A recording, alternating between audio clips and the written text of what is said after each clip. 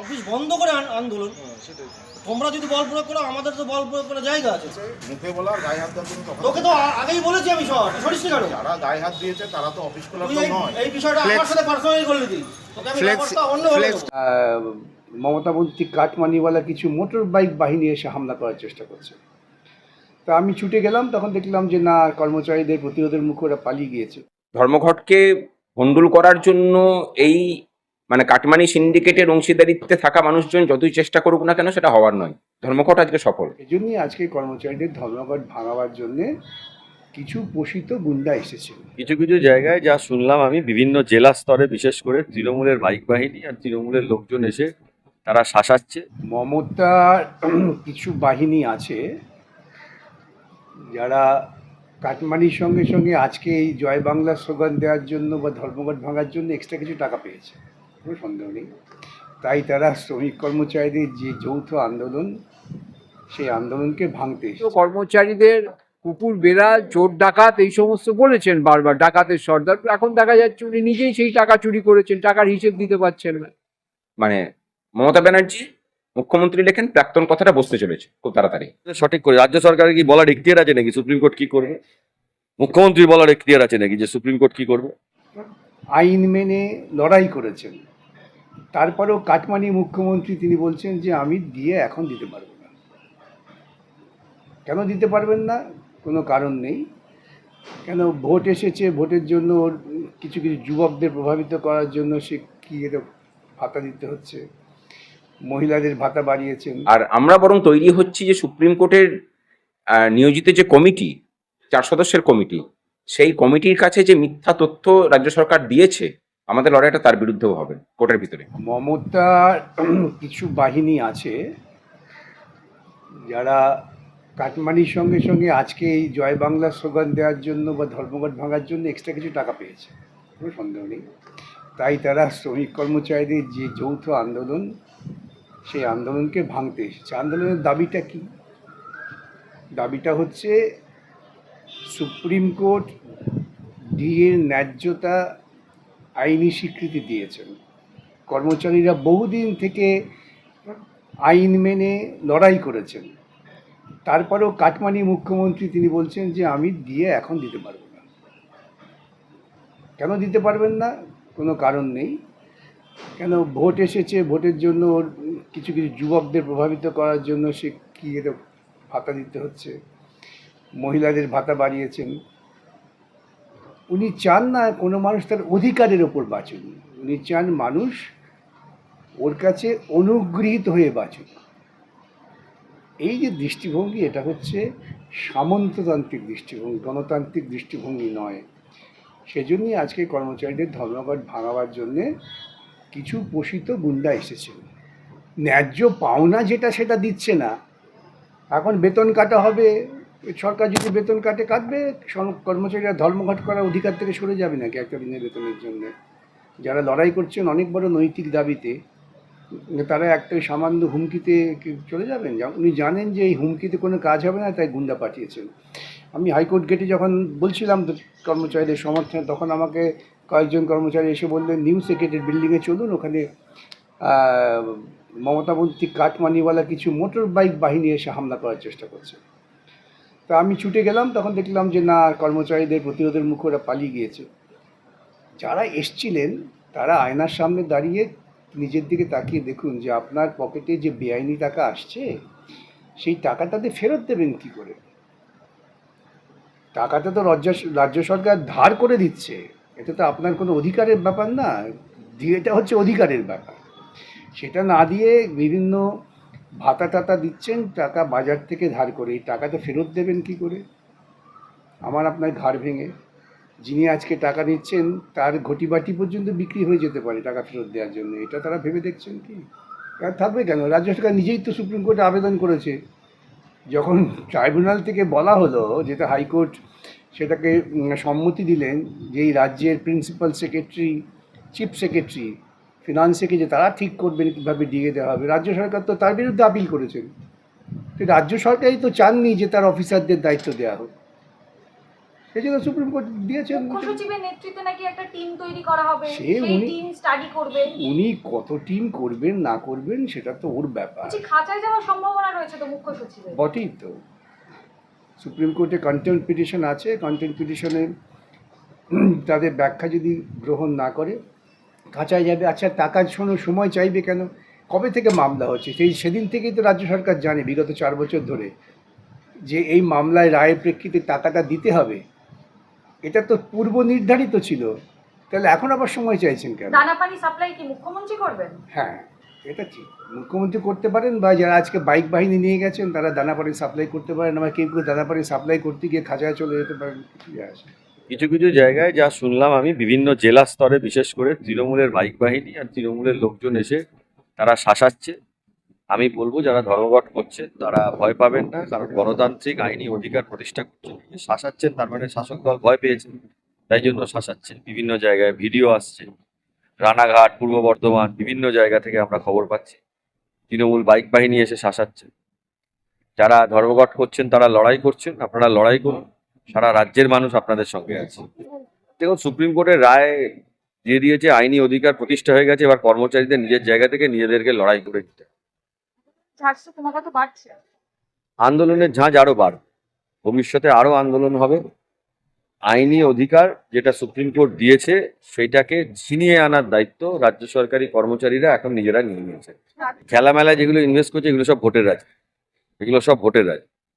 না না, এটা কাটমানিটা এখান থেকে সব থেকে বেশি পাচ্ছে, যার জন্য ডিএ এই টাকাটাকে মারা হচ্ছে আমি মনে করি। সময়সীমা বাড়িয়ে দেওয়া হচ্ছে। সময়সীমা বাড়িয়ে সুপ্রিম কোর্ট দেয়নি, আবেদন করেছে। আমরা তার বিরোধিতা করব সুপ্রিম কোর্টে গেলে। রাজ্য সরকারের প্রতিনিধি হলে তারা জোর করে টাকাটা দেবে না, টাকাটা মেরে অন্য হিসাব দেখিয়ে। সুপ্রিম কোর্ট যেটা করেছে সঠিক করে। রাজ্য সরকারের কি বলার এখতিয়ার আছে নাকি সুপ্রিম কোর্ট কি করবে? মুখ্যমন্ত্রী বলার এখতিয়ার আছে নাকি যে সুপ্রিম কোর্ট কি করবে? জয় বাংলা স্লোগান তো ওপার বাংলা স্লোগান বলে জানি। মানে পশ্চিমবঙ্গ এবং পূর্ববঙ্গ যেটা ছিল বর্তমানে অধুনা বাংলাদেশ, সেই আইডেন্টিটিটাকে মিশিয়ে দেওয়ার জন্য যারা এক জায়গায় করছেন তারা জয় বাংলা স্লোগান দেবেন। জয় বাংলা স্লোগান স্বাধীন ভারতের কোনো অঙ্গরাজ্যের হতে পারে না। আর ধর্মঘটকে ভণ্ডুল করার জন্য এই মানে কাটমানি সিন্ডিকেটের অংশীদারিত্বে থাকা মানুষজন যতই চেষ্টা করুক না কেন সেটা হওয়ার নয়। ধর্মঘট আজকে সফল। এখন পর্যন্ত যা চিত্র, একদম উত্তর থেকে দক্ষিণ পর্যন্ত, পূর্ব থেকে পশ্চিম পর্যন্ত ধর্মঘট সফল। আমরা তো কর্মচারীদের আর মানে অর্ধেক তো মেরে রেখে দিয়েছেন। 30 দিন কাজ করিয়ে 18 দিনের বেতন দেন, সেই 18 দিনের বেতন থেকে কর্মচারীরা অল্প অল্প করে পয়সা দিয়ে নিজেদের সাধ্যমতো সেখানে লড়াই করেছেন। সেখানে এত কোটি কোটি টাকা জনগণের ট্যাক্সের টাকা খরচা করেও কেন সেটা করতে পারলেন না, সেটা তাদেরকে জিজ্ঞাসা করুন। ওটা সুপ্রিম কোর্টকে বলে কোনো লাভ নেই। আর আমরা বরং তৈরি হচ্ছি যে সুপ্রিম কোর্টের নিয়োজিত যে কমিটি, 4 সদস্যের কমিটি, সেই কমিটির কাছে যে মিথ্যা তথ্য রাজ্য সরকার দিয়েছে, আমাদের লড়াইটা তার বিরুদ্ধেও হবে কোর্টের ভিতরে। খুব ভালো লাগছে আমাদের অনেকদিন পরে বাঙালি একজন মুখ্য সচিবকে পেয়ে আর কি। এবং ওই বাঙালি মুখ্য সচিব আবার উনি যাদের কাছ থেকে হাতে খড়ি নিয়েছেন, মানে শিক্ষা নিয়েছেন, সেই শিক্ষা, ওনার যে শিক্ষাগুরু, তাদের মানে ডিএটাকে কাটার জন্য, তাদের ডিএটা যাতে না পান সেই জন্য উনি সক্রিয় আছেন। মানে একজন ছাত্রের তার শিক্ষাগুরুর প্রতি এর থেকে ভালো প্রতিদান আর কিছু হতে পারে বলে মনে হয় না। মানে যোগ্য শিক্ষায় শিক্ষিত একজন বাঙালিকে আমাদের মাথার উপরে পেয়েছি, যে যার গুরুকেও অস্বীকার করেন আর কি। যে রাজ্যের মানুষ ঠিক করে নিয়েছেন, কর্মচারীরাও ঠিক করে নিয়েছেন, আজকে তার চিত্র বুঝিয়ে দিয়েছেন। মানে মমতা ব্যানার্জি মুখ্যমন্ত্রী লেখেন প্রাক্তন কথাটা বসতে চলেছে খুব তাড়াতাড়ি। ধর্মঘট তো ডাকা হয়েছে এই পরিপ্রেক্ষিত যে সুপ্রিম কোর্টের রায় রাজ্য সরকার মানছে না। তো এটা তো ভারতবর্ষে একটা অভূতপূর্ব, সারা ভারতবর্ষে এই জিনিস কখনো হয়নি যে সুপ্রিম কোর্ট বলে দিয়েছিল যে ইমিডিয়েট টাকা দিতে হবে 25%, সেই টাকা না দিয়ে মুখ্যমন্ত্রী প্রথমে বললো এটা সাবজুডিস ম্যাটার, তারপরে দেখা গেল যে 5 তারিখ গভীর রাত্রে একটা মডিফিকেশন অ্যাপ্লিকেশন ফাইল করে দিল। তো শুধু এই যে অবস্থা হতে পারে যে একজন রাজ্যের মুখ্যমন্ত্রী যিনি সংবিধানের শপথ নিয়ে মুখ্যমন্ত্রী হয়েছেন, তিনি যে সুপ্রিম কোর্টকে মানবেন না, এটা তো কেউ ভাবতেই পারছেন। অবশ্য এটা আমাদের কাছে আশ্চর্যের কিছু নয়, কারণ এই মুখ্যমন্ত্রী একসময় আপনারা জানেন সংবিধান পড়তে পড়তে বিধানসভা ভাঙচুর করেছিলেন, এবং বিধানসভা যাদের দিয়ে ভাঙচুর করিয়েছিলেন তারা আজকে তার বিরুদ্ধে চলে গেছে দেখা যাচ্ছে।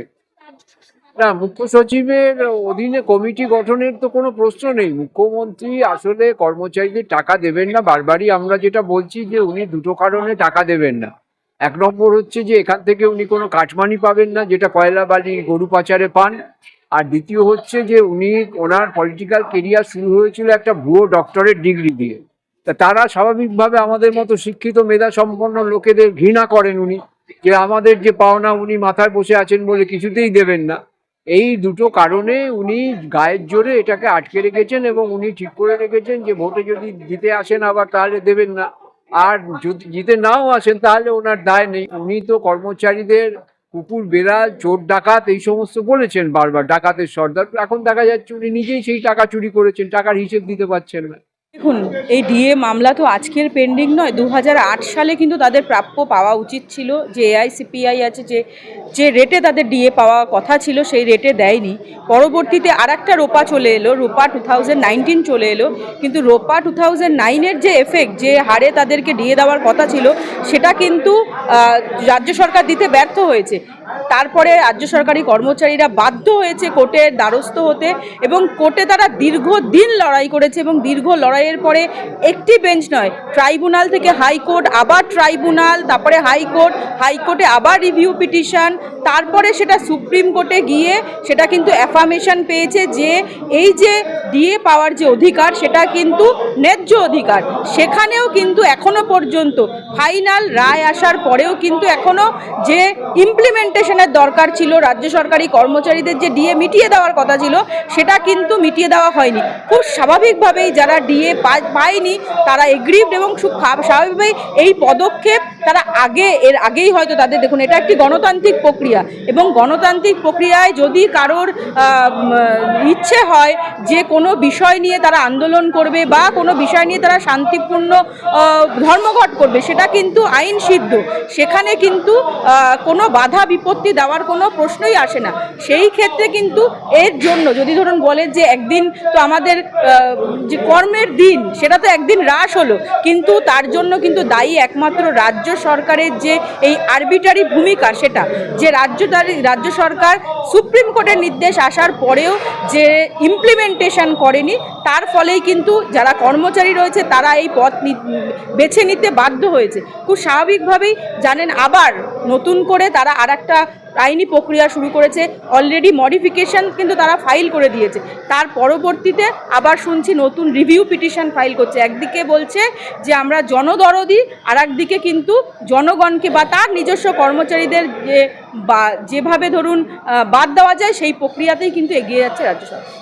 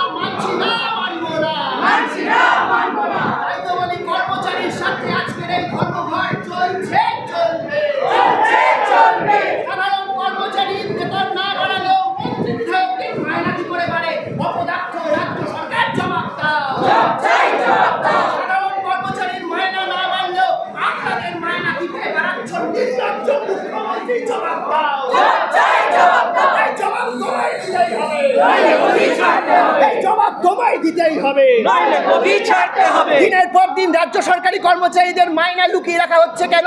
অপদার্থ রাজ্য সরকার জবাব দাও। দিনের পর দিন ডিএর টাকা লুকিয়ে রাখা হচ্ছে কেন? রাজ্য সরকার জবাব দাও। সুপ্রিম কোর্টের নির্দেশ মানা হচ্ছে না কেন? রাজ্য সরকার জবাব দাও। এই ডিএ নিয়ে টালবাহানা মানছি না, মানবো না। সাধারণ কর্মচারীর মাইনা না দিলেও মন্ত্রী আমলাদের মাইনা কি করে বাড়ে? রাজ্য সরকার জবাব দাও। দিনের পর দিন আমাদের সঙ্গে এই বঞ্চনা আমরা মানছি না, মানবো না। তাই তো আজ সারাদিন হাইকোর্ট জুড়ে 100% ধর্মঘট চলছে, চলবে। এই হাইকোর্টের একটা দপ্তরও খুলছে না, খুলবে না। তাই তো বলি সাধারণ কর্মচারীর ঐক্য জিন্দাবাদ। এই আমাদের এই সংগ্রাম চলছে, চলবে। সাধারণ কর্মচারীর স্বার্থে আপামর কর্মচারীর এই সংগ্রাম চলছে, চলবে। তাই তো বলি দিয়ে মারা এই সরকারকে জানাই ধিক ধিক ধিক্কার। কর্মচারীর সঙ্গে বঞ্চনাকারী মুখ্যমন্ত্রী তোমায় জানাই ধিক ধিক ধিক্কার। এই দিয়ের দাবিতে আমাদের লড়াই চলছে, চলবে। দিনের পর দিন দিয়ে নিয়ে টালবাহানা কার স্বার্থে জবাব দাও। সাধারণ কর্মচারীকে দিয়ে না দিলেও আমলাদের মায়না কি করে বাড়ে, নির্লজ্জ মুখ্যমন্ত্রী জবাব দাও। সাধারণ কর্মচারীর মায়না না বাড়লেও মন্ত্রী বিধায়কদের মায়না কি করে বাড়ে, নির্লজ্জ মুখ্যমন্ত্রী জবাব দাও। এই জবাব তোমায় দিতেই হবে, তাই তো বলি দিয়ের দাবিতে আজকের এই ধর্মঘট চলছে, চলবে। সকল সাধারণ কর্মচারীকে নিয়ে আজকের এই ধর্মঘট চলছে, চলবে।